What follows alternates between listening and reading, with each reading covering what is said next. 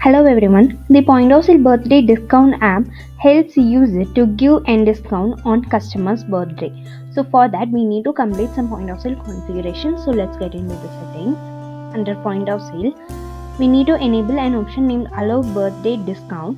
Once you have enabled this option, user can see an option to add and discount right away here, and from here we need to add an product which will be created by default. So once you have created and added all that discount here, you can save this one.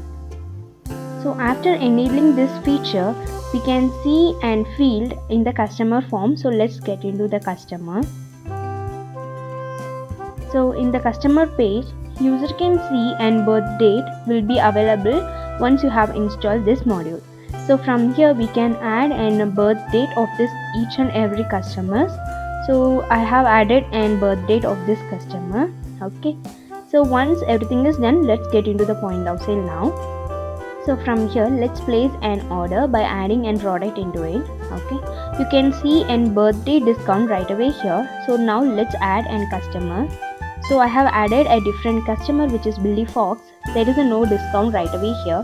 So when I try to add an customer which I have added and birth date, so this is the customer. You can see I have added and birth date for this customer, so it will automatically give an birth date discount right away here.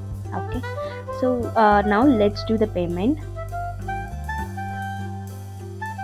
So from here, user can see and birthday discount will be added in the receipt, and also you can see the overall total of that particular birthday discount can also be seen here. This discount is applied from the total of the order line.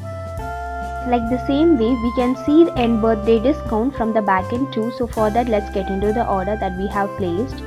So in this page, we can see and birthday discount will be added in the order line, and also separately they can see and birthday discount, and also and birthday discount percentage can also be seen here.